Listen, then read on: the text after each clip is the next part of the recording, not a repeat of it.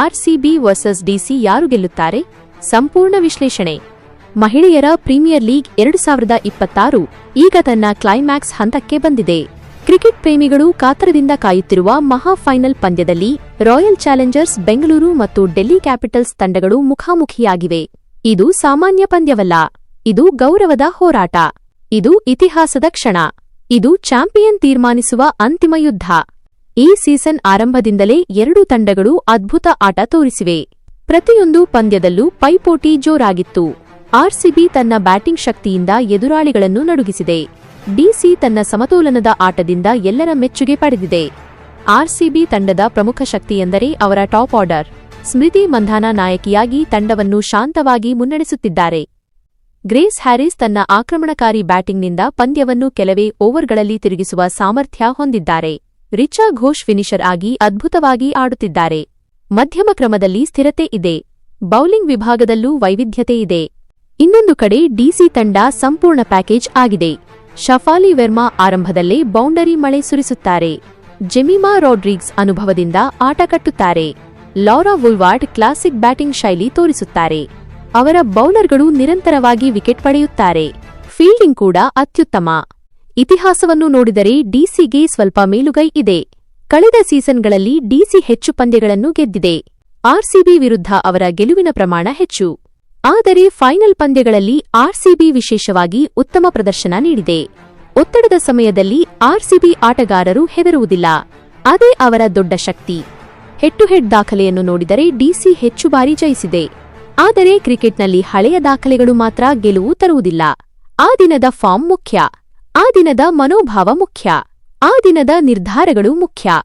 ಈ ಸೀಸನ್ನಲ್ಲಿ ಆರ್ಸಿಬಿ ನಿರಂತರವಾಗಿ ಪಾಯಿಂಟ್ ಟೇಬಲ್ನಲ್ಲಿ ಮೇಲ್ಭಾಗದಲ್ಲಿತ್ತು. ಅವರು ಬೇಗನೆ ಫೈನಲ್ ಸ್ಥಾನ ಪಡೆದುಕೊಂಡರು. ಇದು ಅವರಿಗೆ ಹೆಚ್ಚುವರಿ ವಿಶ್ರಾಂತಿ ನೀಡಿತು. ಆಟಗಾರರು ತಾಜಾ ಮನಸ್ಸಿನಿಂದ ಮೈದಾನಕ್ಕೆ ಬರುತ್ತಿದ್ದಾರೆ. ಡಿಸಿ ಎಲಿಮಿನೇಟರ್ ಗೆದ್ದು ಫೈನಲ್ಗೆ ಬಂದಿದೆ.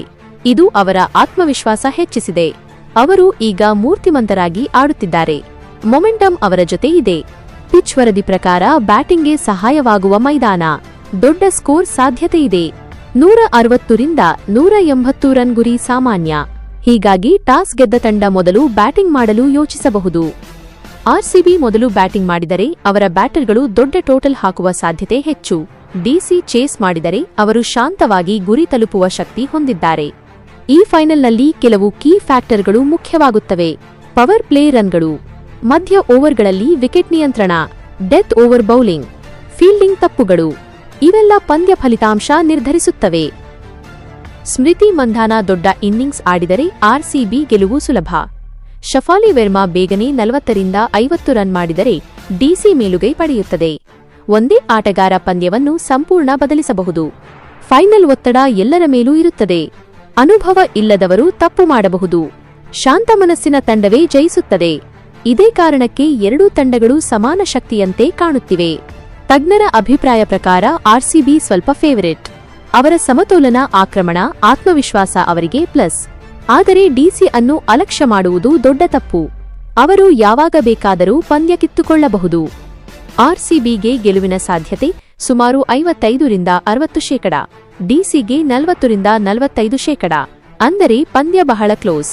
1 ಓವರ್, 1 ಕ್ಯಾಚ್, 1 ರನ್ಔಟ್ ಎಲ್ಲವನ್ನೂ ಬದಲಿಸಬಹುದು. ಈ ಪಂದ್ಯ ಮಹಿಳಾ ಕ್ರಿಕೆಟ್ಗೆ ದೊಡ್ಡ ಸಂದೇಶ. ಮಹಿಳೆಯರು ಕೂಡ ದೊಡ್ಡ ವೇದಿಕೆಯಲ್ಲಿ ಅದ್ಭುತ ಪ್ರದರ್ಶನ ನೀಡಬಹುದು ಎಂಬುದಕ್ಕೆ ಇದು ಸಾಕ್ಷಿ. ಸಾವಿರಾರು ಅಭಿಮಾನಿಗಳು ಮೈದಾನದಲ್ಲಿ, ಲಕ್ಷಾಂತರ ಜನರು ಟಿವಿಯಲ್ಲಿ, ಎಲ್ಲರೂ ಉತ್ಸಾಹದಲ್ಲಿ. ಈ ಫೈನಲ್ ಕೇವಲ ಟ್ರೋಫಿಗಾಗಿ ಅಲ್ಲ, ಇದು ಗೌರವಕ್ಕಾಗಿ, ಇದು ತಂಡದ ಹೆಮ್ಮೆಗಾಗಿ, ಇದು ಅಭಿಮಾನಿಗಳ ಕನಸಿಗಾಗಿ. ಕೊನೆಗೆ ಹೇಳಬೇಕಾದರೆ ಕಾಗದದಲ್ಲಿ ಆರ್ಸಿಬಿ ಸ್ವಲ್ಪ ಮುಂದೆ, ಆದರೆ ಕ್ರಿಕೆಟ್ನಲ್ಲಿ ಏನೂ ಖಚಿತವಿಲ್ಲ. ಆದ್ದರಿಂದ ಇದು 50 ರಿಂದ 50 ಯುದ್ಧ. ಕೊನೆಯ ಬಾಲ್ ತನಕ ಉಸಿರು ನಿಲ್ಲುವ ಪಂದ್ಯ ಖಚಿತ.